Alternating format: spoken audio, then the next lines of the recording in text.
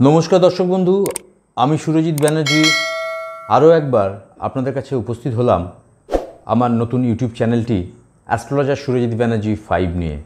আপনাদের সকলকে জানাই সাদর আমন্ত্রণ। আজকে আমি আপনাদের কাছে তুলে ধরতে চলেছি 12টি রাশি সম্পর্কিত জায়গা। এক একটি রাশি সম্পর্কে বলবো। আপনারা অনেকেই শুনেছেন, ইউটিউবে বিভিন্ন রকম বক্তব্য রাখছেন অনেকেই। কেতু এবং মঙ্গল একসঙ্গে কনজাংশনে সিংহ রাশিতে বসেছে। 7ই জুন থেকে 28শে জুলাই পর্যন্ত এই মঙ্গল থাকবে সিংহ রাশিতে। দীর্ঘদিন মিথুন রাশি, কর্কট রাশির পর সিংহ রাশিতে ঢুকেছে মঙ্গল এবং কেতু। তাহলে মেষ রাশি থেকে মীন রাশি কীভাবে কি হতে চলেছে, কি প্রিকশন নেওয়া দরকার, সেটা নিয়ে অনেকের কোয়ারিজ ছিল। দীর্ঘদিন পর এই মঙ্গল কেতুর কনজাংশন সিংহ রাশিতে, অগ্নি রাশিতে কী ফল দেবে সেটা নিয়ে আমরা সকলেই ওরিট। 28শে জুলাই পর্যন্ত এই মঙ্গল আপাতত থাকবে সিংহ রাশিতে। তাহলে কোন কোন জায়গাগুলো আমাদের এফেক্ট করতে পারে আসুন শুনে নিই। মেষ রাশির জাতক জাতিকা তাদের জীবনযাত্রার এই 28শে জুলাই পর্যন্ত কীরকম কাটতে চলেছে, কি কি প্রিকশন নেওয়া দরকার। যদি ভালো লাগে বা যদি আপনাদের সঙ্গে কিছু মেলবন্ধন সৃষ্টি হয়, অবশ্যই একটা লাইক, একটা শেয়ার, সাবস্ক্রাইব করে আমার সঙ্গে এতগুলো বছর যেভাবে রয়েছেন আবারও চাইব সঙ্গে থাকবেন, আশীর্বাদ দেবেন। কথা না বাড়িয়ে চলে আসি। মেষ রাশিকে আমরা 1 নম্বর সংখ্যা দিয়ে দেবো, 1 নম্বর ধরবো। তাহলে মেষ রাশিকে যদি আমি 1 ধরি, তাহলে মেষ রাশির সাপেক্ষে মঙ্গল বসেছে কোথায়? পঞ্চম ভাবে বসেছে। সিংহ রাশি মেষ রাশি সাপেক্ষে পঞ্চম ভাব, ওখানে অলরেডি কেতু রয়েছে। এবং মেষ রাশি সাপেক্ষে আরেকটি মঙ্গলের ঘর হলো বৃশ্চিক রাশি, যেটা অষ্টম ভাব। তাহলে 1 নম্বর প্ল্যানেট মেষ রাশির যে অধিপতি গ্রহ মঙ্গল, অষ্টমপতি মঙ্গল, সে বসলো পঞ্চম ভাবে গিয়ে এবং সে কেতুযুক্ত হয়ে গেল। রাশিটা কিন্তু অগ্নি রাশি, মেষ রাশিটা অগ্নি রাশি। তার যে প্ল্যানেট, সেই গ্রহ মঙ্গল, মার্স, সে কিন্তু সিংহ রাশিতে বসল এবং সে কেতুযুক্ত হলো পঞ্চম ভাব। মঙ্গল সপ্তম দৃষ্টিতে দেখছে কিন্তু কুম্ভ রাশিকে, যেখানে অলরেডি রাহু রয়েছে। তাহলে রাহুর সঙ্গে মঙ্গলেরও কিন্তু একটা যোগসূত্র তৈরি হলো, রাহু দ্বারাও কিন্তু মঙ্গল পীড়িত হলো। তাহলে এই যে 1, 5, 8 এই 3টে ঘরে মঙ্গলের কানেকশান, এবং তার সঙ্গে 1 মানে হচ্ছে মেষকে আমি 1 ধরে নিয়েছি। এবং সপ্তম ভাব মঙ্গলের যেখানে দৃষ্টি রয়েছে কুম্ভ রাশিতে, সেখানে রাহুর কানেকশান রয়েছে, রাহু অলরেডি বসে রয়েছে। সেটা কিন্তু আবার শনির ঘর, স্যাটার্নের জায়গা। তাহলে কি কি হতে পারে? প্রথম, আগুন জাতীয় জিনিস থেকে আপনাদের সাবধানে থাকতে হবে, প্রথম ব্যাপার। সেকেন্ড, ইলেকট্রনিক্স নয় কিন্তু ইলেকট্রিক্যাল জিনিস সম্পর্কে আপনাদের খুব কনসাস হতে হবে।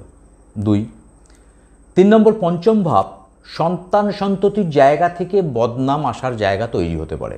সন্তান সন্ততিকে মানসিকভাবে কাউন্সেলিং করতে হবে, বোঝাতে হবে, রাগারাগি অশান্তি করা যাবে না। তারপরে ইনভেস্টমেন্ট, যারা ইনভেস্টমেন্ট করতে চাইছেন, ইনভেস্টমেন্টের জায়গা আপনাদের 28শে জুলাই পর্যন্ত রুখে দিতে হবে, করা যাবে না, করলে লস হতে পারে। মঙ্গল কেতুযুক্ত পঞ্চমভাবে, মঙ্গল খুব একটা আশানুরূপ ফল দেয় না, যেহেতু কেতুর সঙ্গে যুক্ত হয়ে গেল। এটাকে আমরা অ্যাস্ট্রোলজিক্যাল পরিভাষায় বলি অঙ্গরাগ দোষ। তো সন্তান সন্ততির জায়গা থেকে কিন্তু ছোটোখাটো সমস্যার জায়গা তৈরি হতে পারে। পরবর্তী জায়গায় ইনভেস্টমেন্ট বললাম। তার পরবর্তী জায়গা, যেহেতু মেষ রাশিতে এই মুহূর্তে শনির 7.5 লেগেছে, সেক্ষেত্র থেকে শনির প্রভাবেতেও এই মঙ্গল কেতুর যে কম্বিনেশান, মঙ্গলের অলরেডি দৃষ্টি কিন্তু রাহুর সঙ্গে কুম্ভ রাশিতে রয়েছে এবং সেই জায়গাটিও শনির, সেক্ষেত্র থেকে পুরনো কোনো সম্পর্ক বা পুরনো কোনো জের এই সময় টেনে মানসিক অশান্তি আপনাকে দিতে পারে, বদনামের ভাগিদার হতে পারেন। নিজেকে খুব কন্ট্রোল করে চলা উচিত, নিজেকে খুব কনসাস রাখা উচিত। পঞ্চমভাবে ইনভেস্টমেন্টের জায়গা করবেন না, কাউর কথা শুনে কোনো ভুল স্টেপ ফেলবেন না, পানীয় জাতীয় দ্রব্য বর্জন করা উচিত এই সময়, অতিরিক্ত অ্যালকোহলিক হওয়া উচিত হবে না, কোনো নেশার সামগ্রী অবশ্যই বুঝে শুনে করতে হবে নেশার সামগ্রী ব্যবহার করবেন না এই সময়। নিজেকে একটু কনসাস রাখা, সচেতন রাখা চেষ্টা করতে হবে। অহেতুক বেটক্কা বন্ধুবান্ধব জীবনে জুটতে পারে, যে বন্ধুবান্ধব আপনার জীবনে কিন্তু ক্ষতি সাধন করতে পারে, তাদের দ্বারা কিন্তু ক্ষতি হতে পারে। এই জায়গাটাও কিন্তু লক্ষ্য রাখতে হবে। সন্তান সন্ততির পড়াশোনার দিকে অবশ্যই লক্ষ্য রাখতে হবে, তাদের মানসিকতার দিকে অবশ্যই লক্ষ্য রাখতে হবে।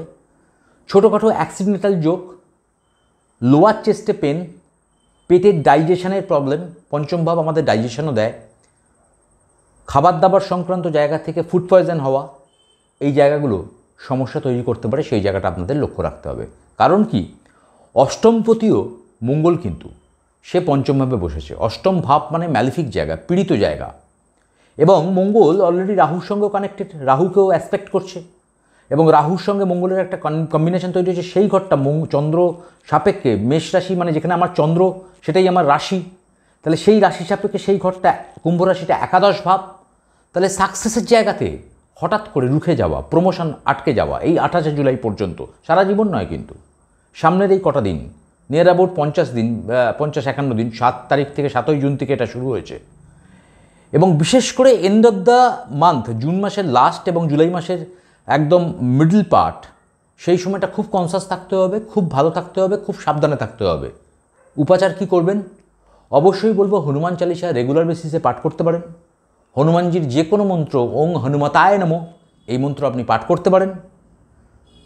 গরুকে গুড় ছোলা খাওয়াতে পারেন। এবং ছোটোখাটো হবন যেখানে হচ্ছে, এখন ছোটোখাটো হোমকুণ্ডু পাওয়া যায়, আপনার ইষ্টদেবতাকে যেভাবে স্মরণ করেন সেই ইষ্টদেবতাকে স্মরণ করে 108টা বেলপাতা আপনি সেই হবনে এই সময় দিতে পারেন। তাহলে অনেক রকম বিপদের মুখ থেকে আপনি কিন্তু বেঁচে যাবেন। আমি মেষ রাশির জন্য বললাম। অবশ্যই কনসাস থাকুন, ভালো থাকুন, ভালো আমাদের থাকতেই হবে। তাই অগ্রিম প্রেডিকশান দিয়ে আপনাদের একটু সচেতনতা তৈরি করার চেষ্টা আমি চালিয়ে যাই সব ক্ষেত্রেই। ভালো থাকুন, ভালো রাখুন সবাইকে। সুখ সমৃদ্ধি ভর্তি হয়ে যাক আপনাদের জীবনে, বৃদ্ধি পাক আপনাদের জীবনে। আজ এই পর্যন্তই। ভালো লাগলে লাইক, শেয়ার, সাবস্ক্রাইব করে দেবেন। যারা যোগাযোগ করতে চাইছেন অবশ্যই আমার ডেসক্রিপশানে নাম্বার রয়েছে, যোগাযোগ করতে পারেন। নমস্কার।